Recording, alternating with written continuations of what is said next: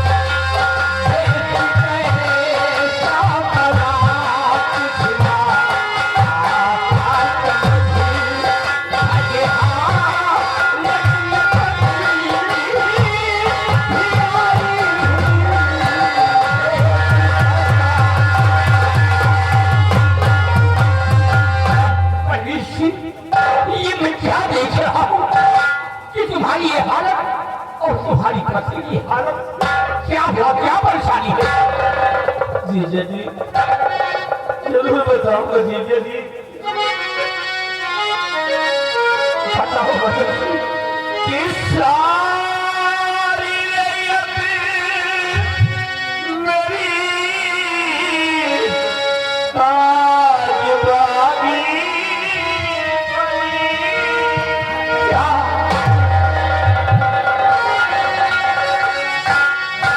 सारी रैयत मेरी आज बागी जान अपनी बचावा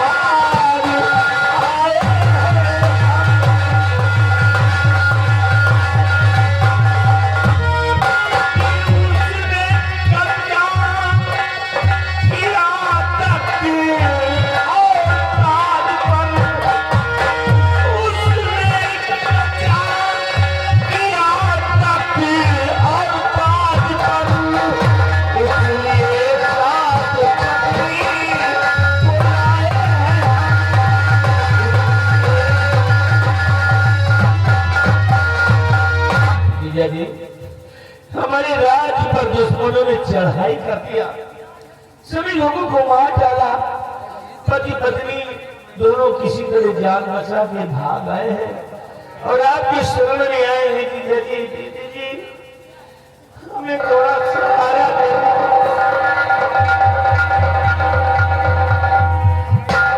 जीजा जी, अरे जीजा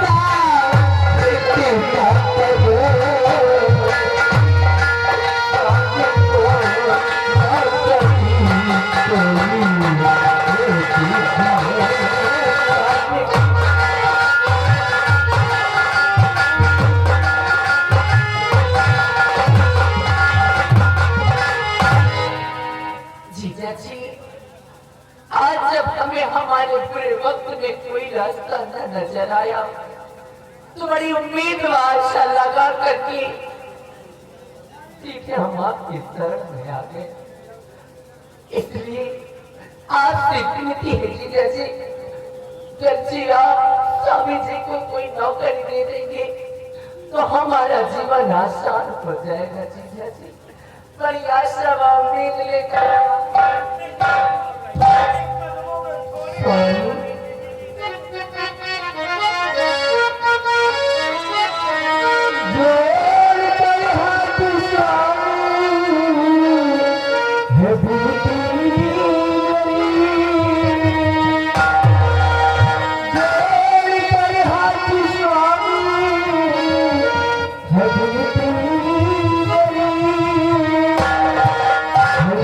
भाभी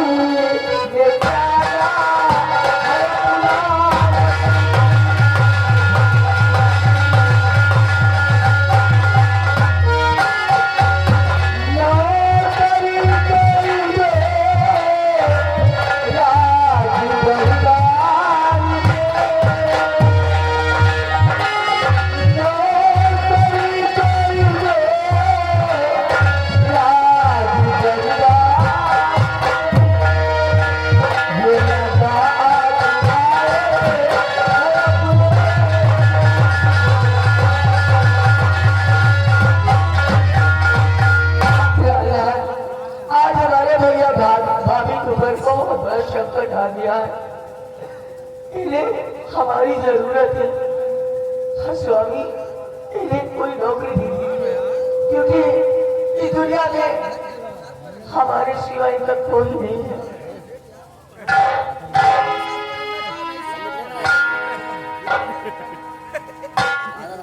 प्रिय विद्या, हम समझते हैं ये तुम्हारे भाई है और इनके राज पर दुश्मनों ने चढ़ाई कर दिया है।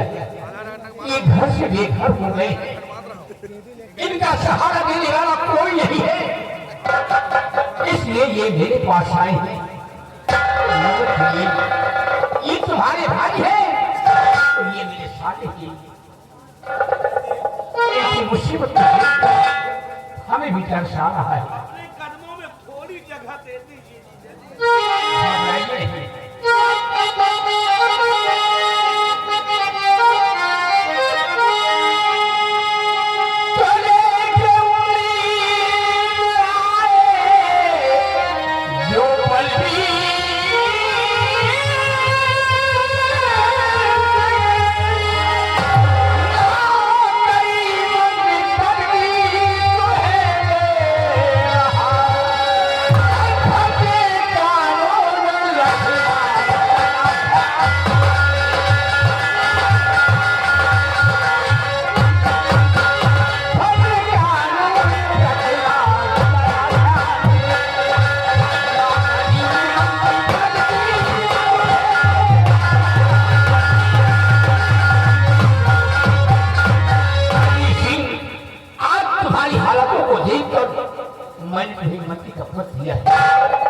लेकिन बलबीर सिंह कभी हमारी प्रजा को किसी प्रकार का कष्ट न होने पाई। जीजा जी, आपने एक बेसहारा को सहारा दिया है, आपने मुझे मंत्री का पद दिया है। अब यकीन करिए कि आप कभी शिकायत का मौका नहीं मिलेगा आपको। हाँ जी, लेकिन बलबीर सिंह जी जीजा जी, तुम्हें तो मैंने मंत्री का पद दे दिया है, जी जीजा जी, लेकिन इस वक्त तो हमारा बहादुर चंद्रराज भारत में तैनात है। क्या कहा जीजा जी? अपने काफी सैनिकों को लेकर के हीर सागर के भारत में तैनात है, वो यहाँ मौजूद नहीं है। इसको गई तो मुझे कोई पुत्र नहीं दिया, लेकिन चंद्रराज को एक नौकर के हैसियत से नहीं, एक बेटे के सम्मान मानती थी। उसे बुलाना बहुत बड़ा द्वार है, इसलिए हम भारत से बुलवाते हैं सेनापति चंद्रराज को, और ये बात सेनापति से हम जरूर बताएंगे। अगर ये बात चंद्रराज से हम नहीं बताते तो चंद्रराज के दिल में ठेस पहुंचेगा। इसलिए दरबारी तुम फोन कर दो चंद्रराज को कि महाराज ने दरबार में तुम्हें याद किया है।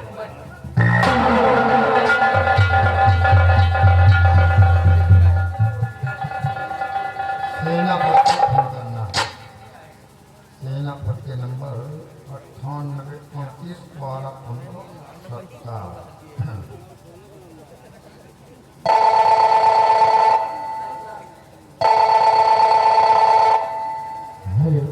हेलो, कौन? हम बोल रहे हैं राज दरबार के सिपाही मिस्टर बिहारी लाल। बोलो बिहारी लाल। आप कौन बोल रहे हैं? मैं सेनापति चंद्रराज बोल रहा हूँ। सर नमस्ते। नमस्ते नमस्ते। कहो किस लिए फोन किया है? फोन इसलिए किया गया है कि महाराज आपको इसी वक्त राज दरबार में याद कर रहे हैं। क्या कहा? जी महाराज इस वक्त राजभवन में याद कर रहे हैं? जी, ठीक है सिपाही, हम इसी वक्त सीमा बॉर्डर से चलकर राजभवन में उपस्थित हो रहे हैं। आइए सीमा को सील कर दीजिए, सैनिक को अलर्ट कर दीजिए, सीमा सरहद से चलकर राज दरबार महाराज के समक्ष उपस्थित होइए। Okay okay.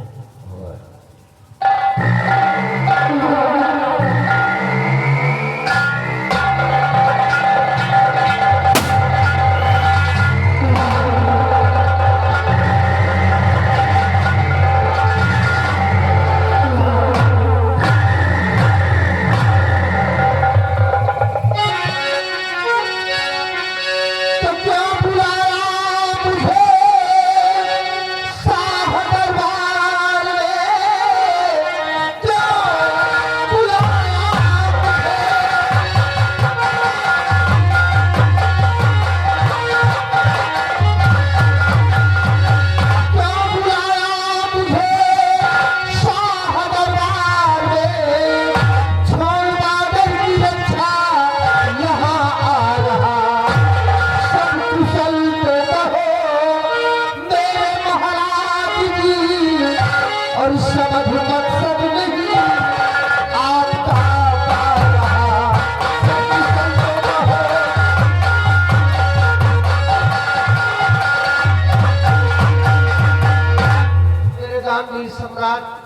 एकाएक सिपाही द्वारा फोन करा के हमें सीमा बॉर्डर से राजभवन में क्यों तलब किया गया है राजन?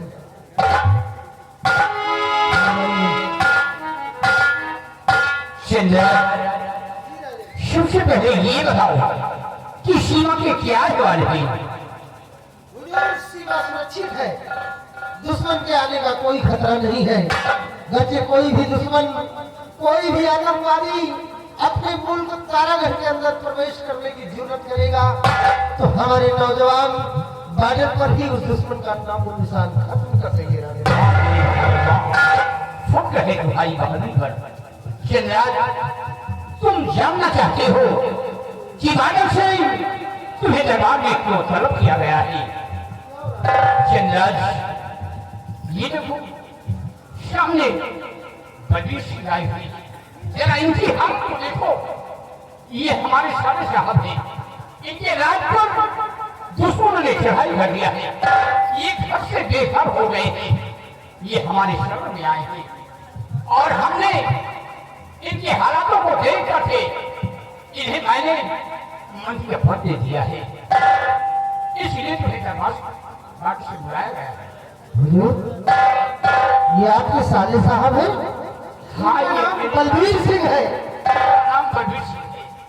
और इनके राज पर दुश्मनों ने चढ़ाई कर दिया। इनकी ये हालत हो गई कि फटे हुए वस्त्रों में यहाँ पर आए हुए हैं। आपने इनकी मजबूरी को देखते हुए अपने कारागार का महामंत्री का पद दे दिया है। बहुत अच्छा किया राजन। हम जानते हैं कि आपने जो भी निर्णय लिया होगा बिल्कुल समझ सोच कर लिया होगा राजन। हमें इस बात से कोई एतराज नहीं है, बल्कि हम बलबीर सिंह से दो बात करना चाहते हैं। आओ बलबीर सिंह, सामने आओ। कहिए सेनापति जी। आपकी ये हालत कैसी हो गई? सेनापति जी, दुश्मनों ने चढ़ाई कर दिया, अचानक सभी सिपाहियों को मार गिराया और गुप्त रास्ते से हम दोनों प्राणी भागकर यहाँ पर आए हैं। हमारा सब कुछ लूट गया सेनापति जी। घबराइए नहीं बलबीर सिंह, तुम्हारे राज पर दुश्मनों ने चढ़ाई कर दिया। किसी न किसी तरीके से अपनी जान बचाकर तुम यहाँ तक दाखिल हुए हो, तो चिंता करने की जरूरत नहीं है। यहाँ पर दुश्मन नहीं आ पाएगा। जब तक हम खड़े हैं तब तक दुश्मन की क्या मजाल जो तारागढ़ के अंदर प्रवेश कर सके। सुन नहीं सेनापति। आपकी मजबूरी को देखते हुए महाराज ने आपको मंत्री का पद दिया है। इतना तो मालूम ही होगा कि एक नौकर का मालिक के प्रति कैसा व्यवहार करना चाहिए।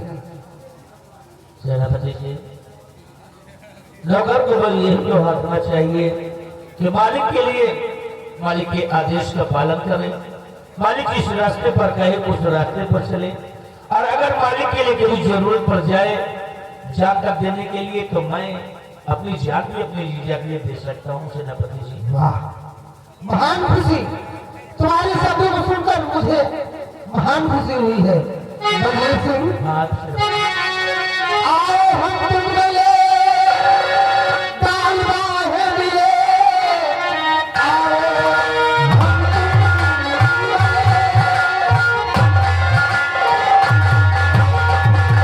आओ हम तुम गले दाल बाहे मिले, देख कर तुमको दिल सवारा हुआ। आज से मंत्री पद है तुम्हें मिला और सारी आवाम को एक सहारा मिला।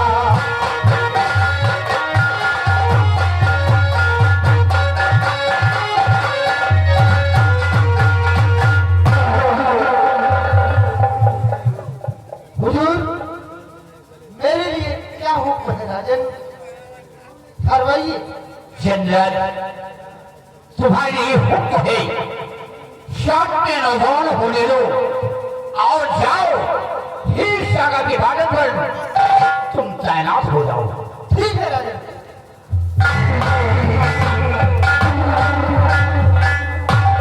बलबीर सिंह, तुम मेरे साथ महल चलो और तुम्हें मंत्री के वस्त्र देते हैं और मंत्री के वस्त्र पहन कर तुम प्रजा में भ्रमण करो।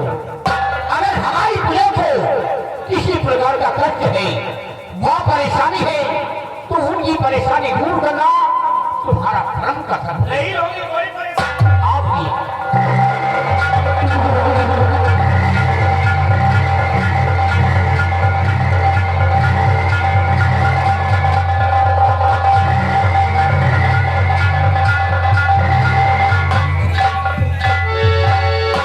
को सुना और देखा। अब आइए, आप लोगों को ले चल रहे परिस्तान। परिस्तान के राजा चिंगाली की बेटी, जिसका नाम है मीनापरी, आकाश मार्ग से जा रही है और रास्ते में हीर सागर जो पड़ता है, उसी हीर सागर में स्नान करने के लिए पृथ्वी पर उतर रही है। और उधर नागराज का बेटा, जिसका नाम सागर है, वो भी हीर सागर में स्नान करने के लिए आ रहा है। किस प्रकार से दोनों का मिलन होता है, गौर फरमाइए।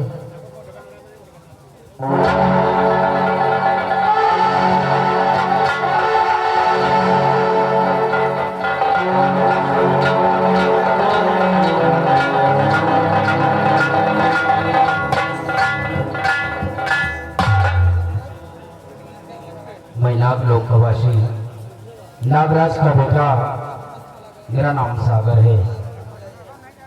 हम नागलोक से चलकर इस पृथ्वी लोक पर आते हैं, क्योंकि इस पृथ्वी लोक पर ही सागर है। हीर सागर में स्नान करने के लिए हम हमेशा आते हैं। अमावस या पूर्णिमा की रात हम स्नान करने के लिए आते हैं।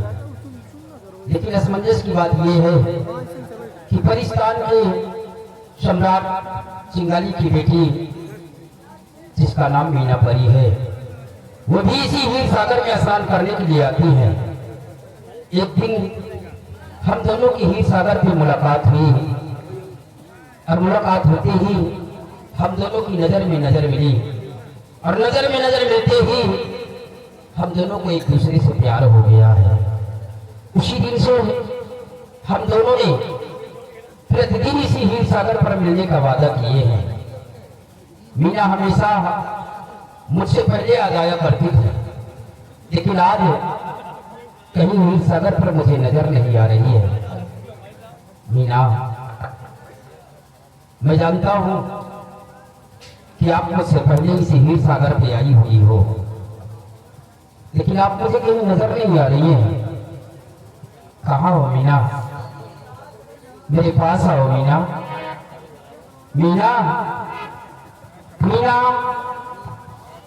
मीना।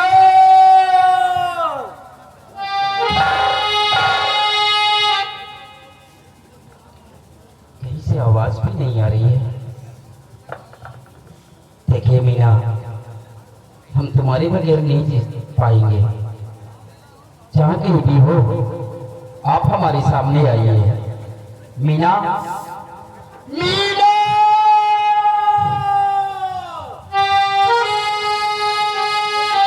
सागर! मैं जानता हूँ मीना कि आप हमसे पहले इसी हीर सागर पर आई हुई हो, लेकिन आप हमारे साथ में छुपा छुपी का खेल खेल रही हो। देखिए मीना, ये छुपा छुपी का खेल छोड़िए और मेरे पास आइए। मैं आपके सामने खड़ी हूँ सागर। मेरे सामने? हाँ सागर। अगर आप मेरे सामने हैं तो मुझे नजर क्यों नहीं आ रही है? सागर, मेरी वही बात है।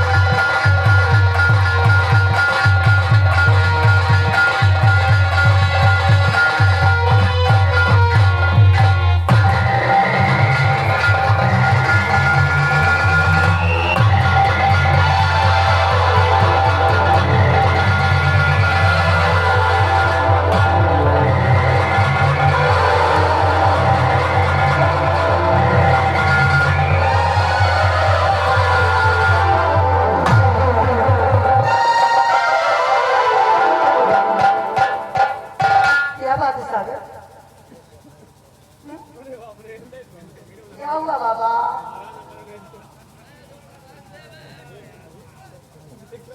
मीना, बाबा ने आप जानती हो कि तुम्हारे बगैर एक पल नहीं रह सकता हो, मेरी नहीं रे।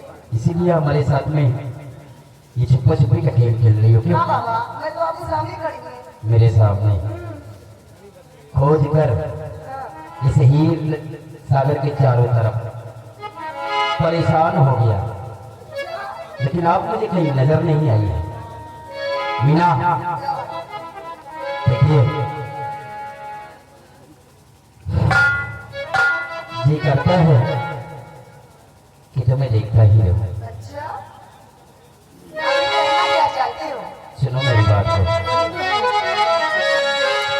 और परिसार की हो परी, या जन्नत की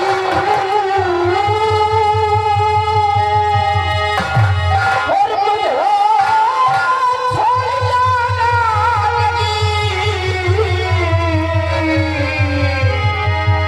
ना करना नजर से।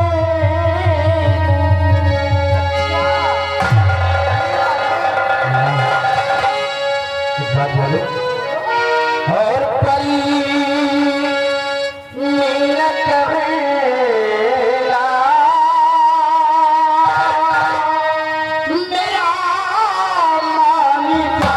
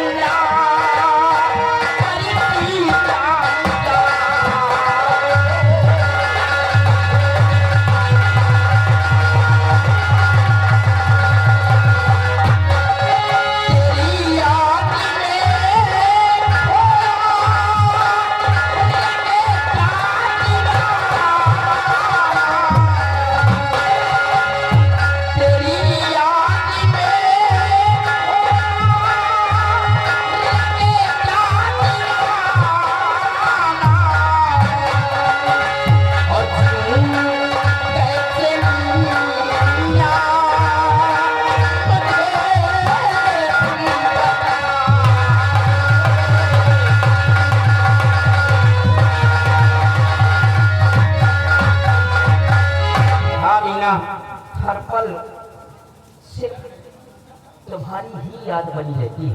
अच्छा,